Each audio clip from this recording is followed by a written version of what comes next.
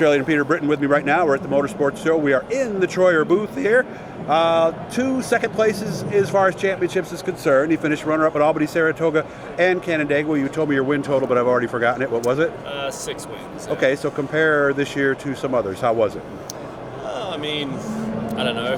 Unfortunately or not, that's actually the most wins I've had in a season before. You know. I guess I thought you had 7 or 8 one season. I thought. I wish. I don't know. Okay. But I guess that's obviously I race at all the hard tracks and do the series and all that. So nothing comes easy, that's for sure. But either way, like anybody else, you have nights where you coulda, shoulda, wouldas, whatever. But everyone has them, and that's what we got. And I guess.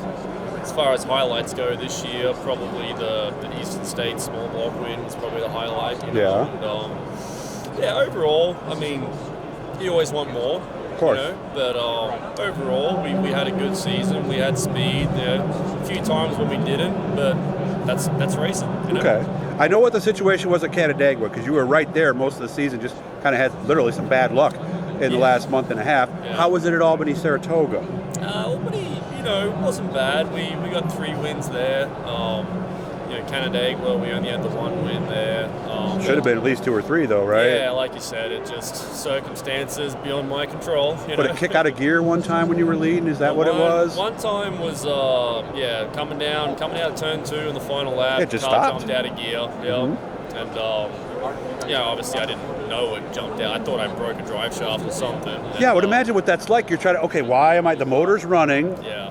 The gauges look fine. Like it come off the corner, and all of a sudden RPM spiked, and okay. And even it made a sound like you just blew something out. So you thought maybe drive shaft at first, huh? Yeah, something like that, rear end, something. Yeah. And then just cruising down the back straightaway, I just started messing around with the shifting linkage, and all of a sudden it clicked into gear, and I felt the click. I'm like, oh, you kidding okay, me, I'm back right? under power hit again. The gas, going again, but meanwhile 4 cars had gone by. Yeah, what'd you get, 5th or 6th that night? 5th that night. 5th, yeah. okay.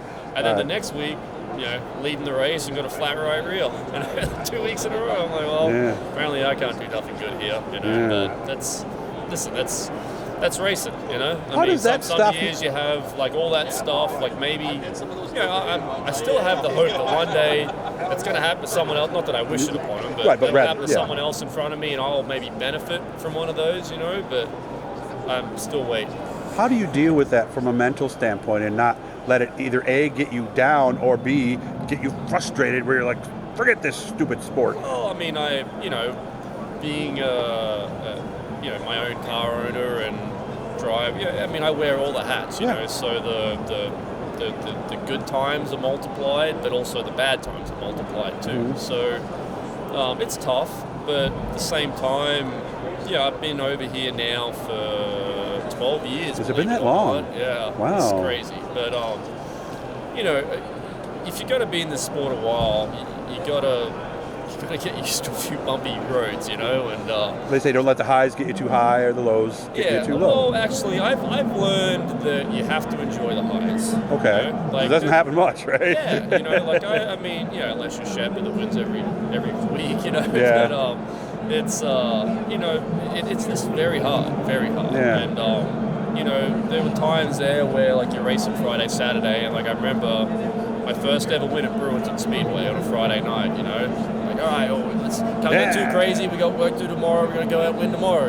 But you like I said, it's hard. And you gotta enjoy when you do something that's good and rewarding. Okay. Like you can't get. Obviously, we all work hard. We all want to do well all the time, but you've got to, every now and then, you got to take a chance to sit back and say that was pretty cool, and you know what, we're going to celebrate. And I would imagine having a family, with your daughter and your wife or girlfriend. Girlfriend. Okay, soon to be wife. I imagine that is probably a big part of what helps keep you grounded.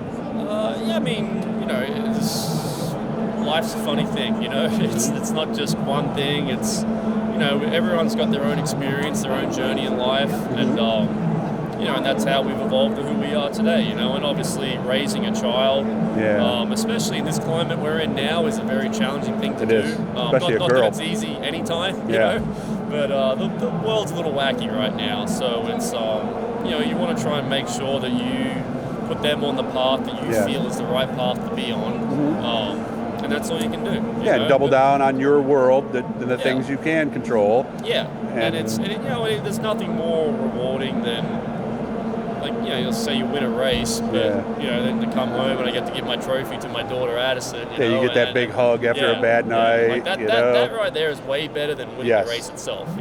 So it's it's just, life is a beautiful thing. I mean, we're meant to, us as human beings, we are born as procreators, right? So we're meant to have children, and something I knew I always wanted, and it's definitely a very rewarding experience, getting to go through all those stages of, my daughter growing up and seeing the changes.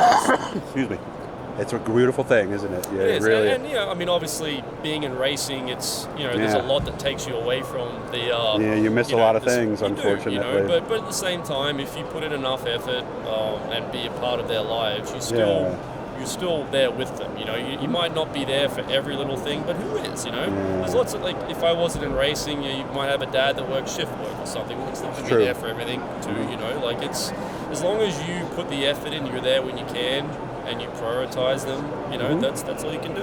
When the boys start coming around, give me a call, because I already have experience. I want to create a dad's database at some point where we can share all the information. Oh, he brought her home late. Yeah. So that way you could look at the database, have a rating, and then decide, I don't think we're going to let you date this Peter Britten racing guy. Because I think the racing guys would have to be kind of in their own category, wouldn't they? It's kind of, I guess it's kind of ironic, me being a racing guy, telling her to stay away from racing. Yeah, stay away from race drivers.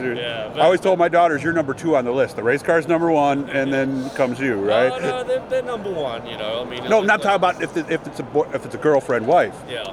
Not daughter. That's different. Obviously, the daughter comes number 1. No, it's all. Listen, it's all good. It's all part of life. It is. We make it work, and the great thing about, like, racing Canandaigua there on a Saturday night is, my daughter Addison gets to come along to a lot of the races. And you got the whole family with you.